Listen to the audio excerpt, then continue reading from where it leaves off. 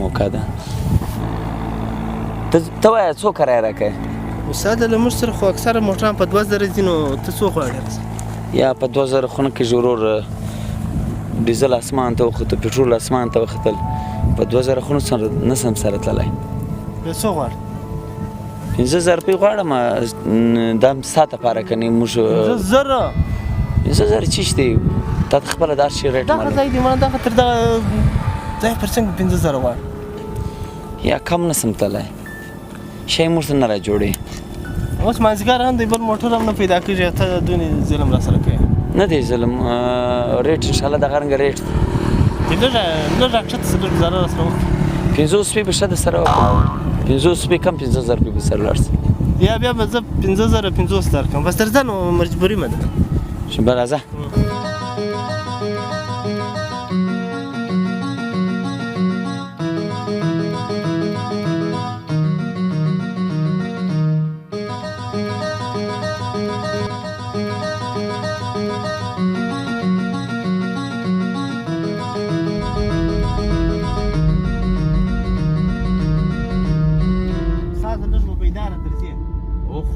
دا ښه تیز روان یو، تر دغه بالا خو به دی نه حادثه نه شي وه. هو مریض په تکلیف دی چې لږ انشاءالله بېغمه شي، انشاءالله بېغمه. ډاکټر یې راورسو. خدای کوه داسې.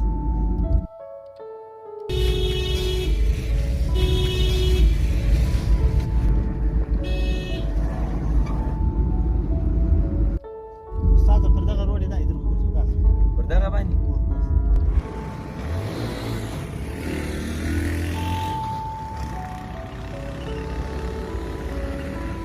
استاده د ټلیفون نمبر راوښیه، بله ورځ بیا ایمرجنسي راځي. دا خو د نن ورځې نه ده نو بیا حال سره کوو. خو یې در کوم 0301 درس اتیا اویا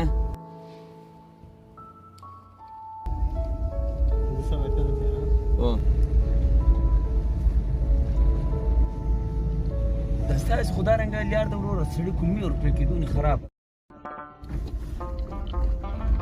استاده بس هغه ته ودروه، راځئ دلته. دا ته ودروه، زه به اوسم مریض. ستاسې کور کوم دی؟ موږ کور دغه دی، مخامخ نه دی. نو هلته لیار نشته؟ هلته لیار نشته، بس زه مریض یم. سمه ده ورور، ورشه زه راځه.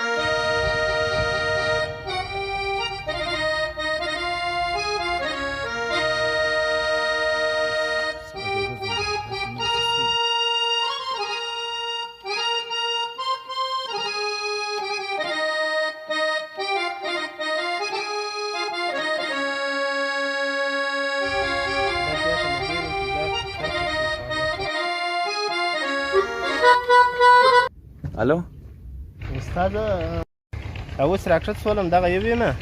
ووایه اوس کښته شوې؟ هو. څه شوي ورور؟ زه راځه. استاد زما خو 5-6 ګلۍ کراس کې، ته به زیاته ولاړ شې. دی ته وګوره پسخند مه پروه. بس ما یې تر دا ځایه ځان په در رارسوه. ای مسلماني دی چې شتې له هغه ځایه در راخوار کړم، اوس بیا زه نه سره ځم. بس ستا د مسلمانۍ سره نو بس دغه مسلماني په کار وه. په 2000 ځای وي تا 15000 غوښتي، دغه مسلماني د حق بلله. هو بس اوس مسلماني په مسلماني کې ولګېده. بس سمه ده، ټیک دی سید. بس ځان مې په در راورسوئ، په مخه درشه. تا بلیا دې واخلي. که زما پلار رښتیا ناجوړه تا خو نو 15000 راځه اخیستې. خدای دې په لاس راکړي. بس ډېر خبرې مه کوه.